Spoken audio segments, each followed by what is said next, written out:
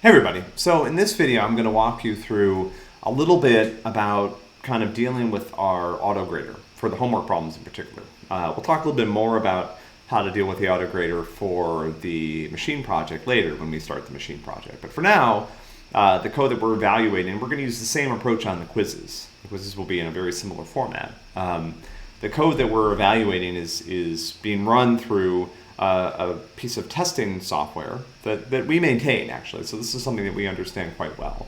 And I want to talk to you a little bit about how it works and how to work with it so that you can understand the output that it produces and fix problems.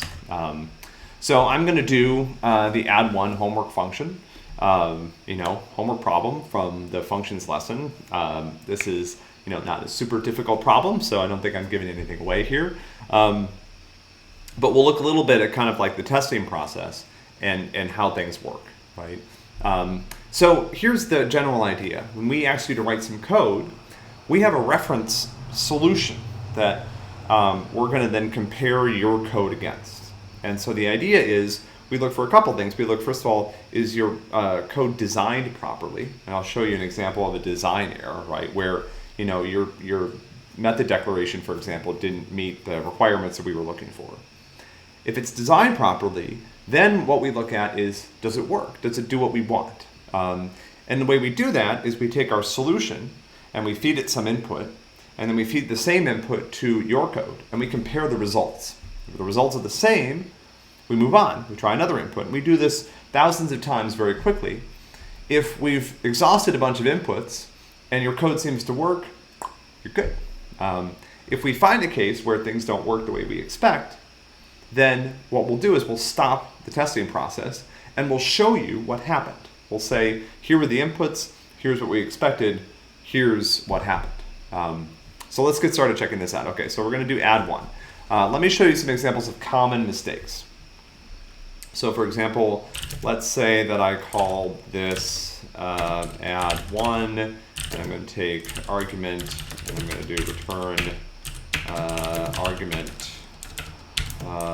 plus one. Okay, so I created a function called add one. It takes a single int argument, returns that argument plus one. I'm good. I'm going to try running this. And what I'm going to see is that there's an error. And in this case, and I may try to make this error message a little bit easier to read by moving it to multiple lines. But what this says is that what you submitted, you didn't provide a method called add one that takes a single int argument. And I'll run this again so we can see the error message. It says submission class question didn't provide method add one, and then over there at the end it says the arguments that we expect. We don't dictate the names of the arguments. You can call those whatever you want. So we just list the types. And in this case, what's the problem? The problem is that my method does not have the correct name. We asked you to have a method called add one in camel case, where the one is capitalized, and you created a method called add one that was all lowercase. Okay, so that's one example of a design error. Let me show you a different one. Let's say that my method takes a double and returns a double, and now you're going to see the same error, right? Because what we're asking you to do is to create a method called add one that takes an int parameter, right? As long as you continue to make this mistake, we'll continue to print this design message, right? And this is helping hopefully guide you in the right direction to figure out, okay, what exactly am I supposed to do here, right? But this is really kind of a restatement of the problem, right? Because the function said it should accept a single int argument and return the result of adding one to its argument.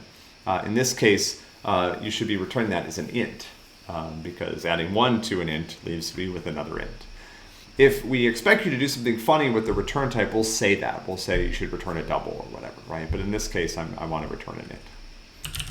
Okay, so those are some of the common design mistakes. Usually when people have a problem like this, it's because they named something incorrectly, or they have the wrong number of arguments. So that's another thing you could do here. You could say, take two arguments, same error, right? We're asking for a method with one argument called add one, you provide a method with two arguments. So until you get this design process right, you're going to continue to get errors like this. Now let's try and let's say that I designed my function right, but it doesn't do the right thing, right? So in this case, I'm returning argument -1.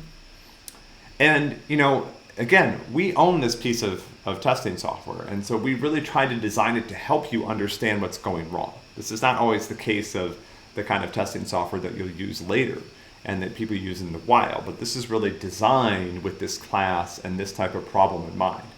And so here's what we do. And so we try to provide you with a lot of information. So for example, we're going to tell you the argument that we used when we found a problem. So essentially what happened here is that this failed because we found a case where your code and our reference solution don't agree. And we're going to tell you the arguments that we passed and what happened, and then leave it up to you to figure out what the problem is. So in this case, you can see when we called the function and we passed it the argument -1, and in your case, the name of that argument is argument, the solution returned 0, and the submission, your code, returned -2, right? And of course, the reason for this is that the solution added 1, which is what the problem specification says to do, and your code subtracted 1.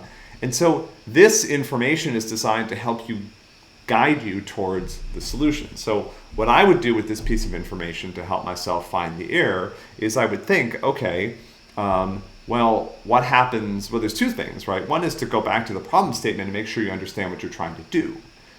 That's always super important. I'll remind you many times over the course of the semester, if you don't understand the problem, you can't solve it. Your code may be correct, but it's solving a different problem than the one that we ask you to solve, and you won't get credit for that. So in this case, again, this is doing a great job of subtracting 1 from its argument, but not adding 1. So, and the other thing you would do is you kind of walk through the code, given the arguments that we used, and figure out, why a certain thing happened or didn't happen, right? So in this case, I could think, okay, so when you pass me argument, and argument is -1, I subtract 1 and return -2. That's what, the testing suite found, but for some reason it was expecting something different, and then you can start to use that to kind of try to figure things out. This is such a simple function that there's not much to this, but once we start writing more complex functions, sometimes there'll be certain inputs that are difficult to handle, and hopefully this information helps guide you in the right direction. So again, if you have feedback on the system, please let us know. This is a system that we maintain. This is unique to CS125, so this is something that you as a student in this class get to uniquely benefit from. But it also means that we have ownership over it. If there's ways that we can make it better and more helpful, we will definitely do that. But this is an example of kind of how to work through some of the common problems that you might encounter when you're using our testing tools.